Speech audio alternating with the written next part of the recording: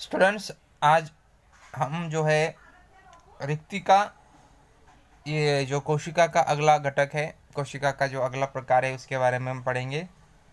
देखिए, रिक्तिका होता क्या है। कोशिका के घटक द्रवों का संग्रह करने वाला कोशिका अंगक अर्थात रिक्तिका होता है। देखिए, कोशिका के अंदर जो है कि द्रव्य का जितने भी सारे प्रकार के पदार्थ आएंगे, जितने भी सारे द्रव्य आएंगे, उसको संग्रह करने वाला एक अंग होता है जिसे जो है रिक्तिका कहा जाता है। अब देखिए, रिक्तिका का कोई एक विशिष्ट आकार नहीं होता है। अगर आकार के हिसाब से उसकी बात किया जाए तो उसका एक कोई विशिष्ट आकार वहाँ पे आपको दिखाई देगा नहीं।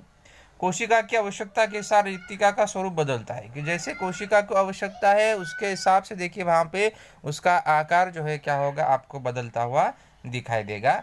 और जो ये रिक्तिका होती है, रिक्तिका इकहरे आवरण युक्त होती है। तो ये जो रिक्तिका आपको दिखाई दे रही है, ये केवल इकहरे आवरण द्वारा बनी होते हुए आपको दिखाई देंगी। अभी ये तो रिक्तिका हो गया जिसका कोई आकार नहीं होता है, जो द्रव्यों का संग्रह करने वाली कोशिका का अंगक है। उसका कार्य ये हमारे शरीर के अंदर यानी प्राणी वनस्पति जो भी इसमें उपस्थित होगा तो उसके हिसाब से उसका कार्य क्या होगा। पहला कार्य देखिए, कोशिका का जलभिसारक दाब नियंत्रित करना। कोशिका के अंदर जो जल यानी पानी का जो भी दाब होता है उसको जो है वहाँ पे वो नियंत्रित करने का कार्य करेगा।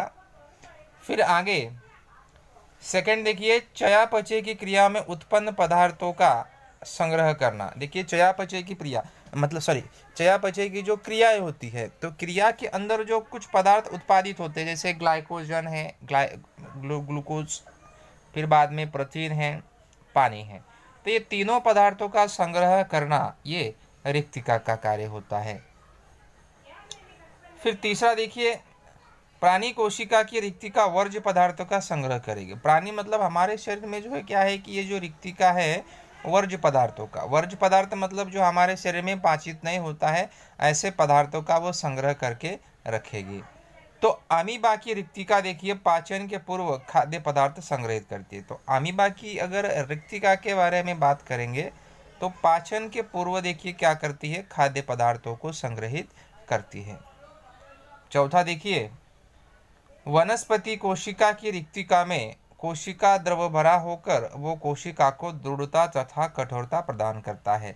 वनस्पति रिक्तिका के बारे में अगर हम बात करेंगे तो वो कोशिका द्रव से भरा होता है, और कोशिका द्रव को मतलब दृढ़ और कठोर, यानी कि अति क्या करता है, उसको दृढ़ बनाएगा और कठोर भी बना लेता है। और ये लवक देखिए क्या है कि वनस्पतियों के देखो हरा तो फूलों को लाल, पीला, केसरी, नीला ऐसे अनेक रंग किस कारण प्राप्त होते। ऐसे रंग देने वाला एक अंग केवल वनस्पति कोशिका में पाया जाता है, जो अर्थात लवक होता है। और ये लवक दोहरे आवरणयुक्त रचना होकर दो प्रकार की होती है। तो ये लवक वाला जो एक प्रकार है आपको ये देखिए वनस्पति में पाया जाता है। तो वनस्पति देखिए आपने देखे होंगे, हरा होता है तो कोई लाल होता है, पीला, केसरी, नीला, ऐसे वनस्पतियों के बहुत सारे रंग, वनस्पतियों में अलग अलग प्रकार के फूलों के कलर आपको दिखाई देते हैं। तो ये सब जो दिखाई देते हैं केवल और केवल लवक। तो ये वनस्पति में लवक कोशिका के अंदर उनके कोशिका का एक प्रकार है। तो ये लवक वहाँ पे उपस्थित होने की वजह से उसमें इतने सारे रंग वहाँ पे प्राप्त होते हैं। तो ये दोहरे आवरण युक्त रचना वाला होता है। तो ये क्या होता है उसके बारे में हम लोग आगे पढ़ेंगे। कुछ देखिए, वनस्पति के अवयव का रंग आप ध्यान रखिए, बहुत महत्वपूर्ण है। ठीक है, ऐसा नहीं कि भी एग्जाम से केवल रिलेटेड है, तो दैनिक जीवन में भी हमको पता होना चाहिए। उदाहरण देखिए, हरा, पत्तियां देखिए ज़्यादातर हरी होती है ना, तो उसमें देखिए रंग द्रव्य क्या होता है, हरित द्रव्य, जिसको हम बोलते हैं क्लोरोफिल इंग्लिश में। गाजर देखिए लाल होता है तो देखिए उसमें कैरोटीन होता है। पीला जो होता है देखिए जिसमें होता है ज़ैंथोफिल। जो जामुनी और नीला होता है केवल एंथोसाइनिन रंग द्रव्य की वजह से। फिर मंजीरा जिसको बीट बोलते हैं जो वाइट कलर का होता है, तो ये इसमें बीटालिन्स होता है। ये नॉर्मली वहाँ पे बताया गया है, ऐसे तो बहुत सारे प्रकार है, लेकिन समझने के लिए आपको बताया गया है कि जैसे हरा, लाल, पीला, जामुनी, मंजीरा, ये जो रंग होते हैं उसके लिए अलग अलग प्रकार के रंग द्रव्य आपको वहाँ पे दिखाई देते हैं। तो सब एक विशेष जानकारी जो है वहाँ पे आपको बताई गई है। अब इसमें देखिए दो प्रकार के प्रकार बताए गए हैं। एक होता है अवर्ण लवक जो सफ़ेद और रंगहीन लवक होता है, और सेकंड देखिए वर्ण लवक जो रंगीन लवक होता है। हरित लवक यह वर्ण लवक होकर अन्य प्रकार के वर्ण में रूपांतरित हो सकता है। उदाहरण, कच्चे हरे टमाटर के पकने के बाद हरित लवक का रूपांतर लाइकोपीन में होने से टमाटर को लाल रंग प्राप्त होता है। अब देखिए हरित लवक ये क्या होता है पता है कि वर्ण लवक से होके अन्य लवक में उसका रूपांतरण हो सकता है। तो अन्य लवक में उदाहरण की बात देखिए, कच्चा जो टमाटर होता है तो जब हम शुरुआत में उसको तोड़ते हैं, जब पेड़ पे मतलब पौधे पे जब लगा रहता है तो वो केवल कच्चा ही होता है, बराबर ना, कच्चा हरा टमाटर होता है, हरे कलर का होता है। लेकिन जब धीरे धीरे उसमें बाद में जब पकने लगता है तो पकने के बाद में हरित लवक का रूपांतर फिर लाइकोपीन में हो जाता है, यानी कि हरा रंग वहाँ पे क्या हो जाता है, लाल हो जाता है। इसलिए टमाटर जो है आपको कैसे दिखाई देगा, लाल दिखाई देता है। तो ये लाइकोपीन में होने से टमाटर को वहाँ पे क्या होता है, लाल रंग प्राप्त होता हुआ आपको दिखाई देगा। तो ये एक विशेषताएं हैं लवक की वजह से। अब यहाँ देखो हरित लवक के बारे में बात किया गया है, क्लोरोप्लास्ट। अब देखिए क्रोटन या रियो वनस्पति, देखिए पत्ती के ऊपर पत्ती निकालना है, प्रैक्टिकल करना है, उसे कांच पट्टी पर रखिए और उसमें स्थित वर्ण लवों का संयुक्त सूक्ष्मदर्शी के द्वारा निरीक्षण हमको कर लेना है। तो ये प्रैक्टिकल बताया गया है। देखिए तुम्हें पता है कि वनस्पतियों की पत्तियों में होने वाली प्रकाश संश्लेषण प्रक्रिया के लिए हरित लवक अत्यंत आवश्यक होता है। हरित लवक सौर ऊर्जा का रासायनिक ऊर्जा का रूपांतरण। तो देखिए जितनी भी सारी वनस्पतियां होती है वो सब तो हरी होती है। तो हरा होना मतलब क्या होता है कि उसमें हरित लवक होता है, और ये हरित लवक होने की वजह से तो वो क्या करती है, प्रकाश संश्लेषण प्रक्रिया करती है। अब जब हरित लवक नहीं होगा तो प्रकाश संश्लेषण प्रक्रिया होगी नहीं और अपना भोजन खुद वो नहीं बना सकती है। तो इसलिए हरित लवक सौर ऊर्जा का देखिए क्या करता है, रासायनिक ऊर्जा में उसका रूपांतर करता है। हरित लवक की देखिए पिटिकाओं में प्रकाश संश्लेषण के लिए आवश्यक देखिए प्रकीर्णन, डीएनए, राइबोसोम्स और कार्बोज पदार्थ पाए जाते हैं। तो लवकों का कार्य देखिए क्या होता है वनस्पति के लिए। सबसे पहला कार्य क्या है, देखिए हरित लवक सौर ऊर्जा का अवशोषण करके उसका भोजन रूपी रासायनिक ऊर्जा में रूपांतरण करता है।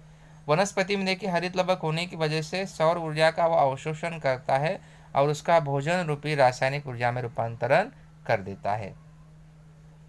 सेकंड देखिए, वर्ण लवकों के कारण फूलों तथा फलों को रंग प्राप्त होता है। ध्यान रखना है, वर्ण लवक होने की वजह से क्या होता है, वहां पे फूलों तथा फलों को क्या होता है पता है, रंग प्राप्त होता है। तीसरा देखिए, वर्ण लवक कार्बोज, स्निग्ध तथा प्रथिन पदार्थों का संश्लेषण तथा संग्रह भी करते हैं। तंतु कणिका और लवणों में देखिए डीएनए तथा राइबोसोम्स होने से अंगक स्वयं की प्रतिकृति बना सकते हैं। अभी देखिए ये इसमें क्या है कि तंतु कणिका और लवकों में डीएनए तथा राइबोसोम्स होता है, इसलिए वो खुद की प्रतिकृति क्या कर सकते हैं, वो बना सकते हैं। और देखिए कोशिका की संरचना तथा अंगों का अध्ययन करने के बाद तुम्हें पता चला होगा कि वनस्पति कोशिका और प्राणी कोशिका में पाए जाने वाले अंगों के कारण कोशिका का कार्य ठीक तरह से चलता है। ध्यान में रखना है कि कोशिका की संरचना तथा अंग का अध्ययन करने के बाद में देखिए हमें पता चलता है कि वनस्पति कोशिका और प्राणी कोशिका में पाए जाने वाले अंग के कारण कोशिका का देखिए कार्य क्या होता है, वहाँ पे ठीक रूप से चलता है। ऐसी विकसित कोशिकाओं को देखिए दृश्य केंद्र की कोशिकाएं कहा जाता है। और देखिए पिछली कक्षा में हमने जीवाणु के आदि केंद्र की कोशिका का अध्ययन भी किया था। अब इन दोनों प्रकार की कोशिका का तुलनात्मक अध्ययन हम जो है करने वाले हैं। तो ये सब जो है बाकी हम अगले लेसन में उसके बारे में अध्ययन करेंगे। आगे देखिए राष्ट्रीय कोशिका विज्ञान केंद्र, जिसको National Centre of Cell Science NCCS, Bharat सरकार के जैव प्रौद्योगिकी विभाग के अंतर्गत कार्य करने वाला एक स्वतंत्र संस्थान है। इस संस्थान का कार्यालय देखिए सावित्रीबाई फुले विश्वविद्यालय पुणे में है। इस संस्थान द्वारा देखिए कोशिका विज्ञान में संशोधन, राष्ट्रीय प्राणी कोशिका के संग्रह के लिए सेवा देने का प्रमुख कार्य तथा कैंसर जैसे रोगों के उपचार से संबंधित वहाँ पे संशोधन कार्य जो है, ये जो सावित्रीबाई फुले विश्वविद्यालय है वहाँ पे कार्य वहाँ पे किया जा रहा है। तो इस तरह से देखिए ये लवकों के कार्य होते हैं। इस वीडियो में कुछ डाउट रहेगा तो आप पूछ सकते हैं। इसके हिसाब से हमारा ये पाठ 10वां यहीं पे ख़त्म होता है।